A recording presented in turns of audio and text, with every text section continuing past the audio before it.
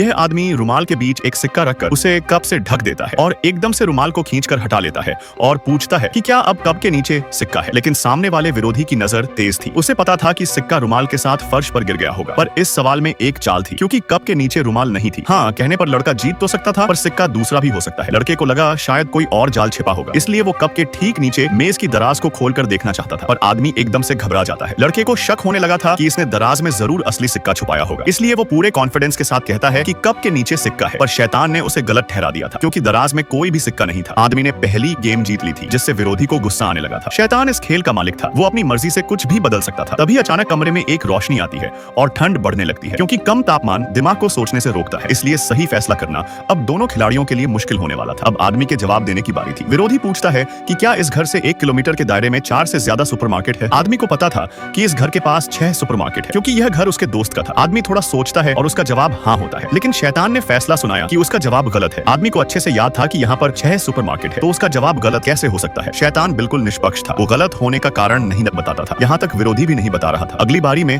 आदमी लड़के से पूछता है कि क्या रुमाल के नीचे बम है। यह सुनते ही विरोधी हंसने लगा था और कह रहा था कि कहीं तुम्हारा दिमाग तो खराब नहीं हो गया है। लेकिन सावधानी के लिए वो दराज को खोलकर चेक कर लेता है कि कहीं बम से जुड़ी कोई भी चीज ना हो। पुष्टि करने के बाद लड़के का जवाब ना होता है। आदमी को पक्का यकीन था कि उसके घर के नीचे एक अविस्फोटक बम छिपा हुआ है। लेकिन जब उसने शैतान का फैसला सुना तो उसके होश उड़ जाते हैं, क्योंकि उसका कहना था कि रुमाल के नीचे कोई भी बम नहीं है। आदमी 2 बाजी हार चुका था। अगर वो एक और गेम हारता है तो शैतान उसकी जान ले लेगा। उसके बाद विरोधी आदमी से सवाल करता है कि क्या 1 किलोमीटर के दायरे में 10,000 से ज्यादा लोग रहते हैं। इस बार आदमी जल्दबाजी नहीं दिखाता। उसे लगा कि इसमें कुछ तो छिपा हुआ राज है। तभी लैपटॉप की स्क्रीन पर उसका ध्यान जाता है। प्लग लगा होने के बावजूद भी लैपटॉप की बैटरी खत्म हो रही थी। यह देख वो तुरंत एक बाल्टी में कागज जलाता है, जिससे फायर आराम तो बजने लगा था, लेकिन उसमें से पानी की एक बूंद भी नहीं गिर रही थी। यह देख आदमी समझ चुका था कि शैतान ने शुरुआत में पूरे घर को ही एक ठंडी जगह पर शिफ्ट कर दिया था, इसलिए यहाँ पानी और बिजली नहीं है, जिस कारण उसका जवाब ना होता है। यह सुनते ही शैतान ने कहा, बिल्कुल सही जवाब है। आदमी ने एक गेम वापस जीत लिया था। दोनों खिलाड़ी आखिरी गेम में पहुंच जाते हैं। अब सवाल पूछने की बारी आदमी की थी। वो बटुए की सारी चीजें निकालकर आग की बाल्टी में डाल देता है और पूछता है कि क्या कमरे में 500 से ज्यादा नकदी है। विरोधी बाल्टी उलटकर जांच करता है, जिसमें उसे एक सिक्का मिल गया था। फिर उसे याद आया कि पहले गेम में इस्तेमाल किए गए सिक्के के साथ अब कमरे में कम से कम 1000 रुपए होंगे। लेकिन जैसे ही उसने हाँ कहा तो उसे पता चला कि शुरू में इस्तेमाल किया गया सिक्का नकली था, वो केवल सिग्नल ट्रैकर था। यही वजह थी कि पहले गेम में कप के नीचे कोई सिक्का नहीं था, जिस कारण आदमी यह खेल जीत जाता है और इनाम एक शैतानी चाबी मिलती है, जिसकी शक्ति से हर जुआ जीता जा सकता था। लेकिन इसके मालिक को लगातार खेलना पड़ेगा। और अब दर्जनों लोगों को चाबियां मिल गई थी, जो उस आदमी के विरोधी बनकर खेल खेलेंगे।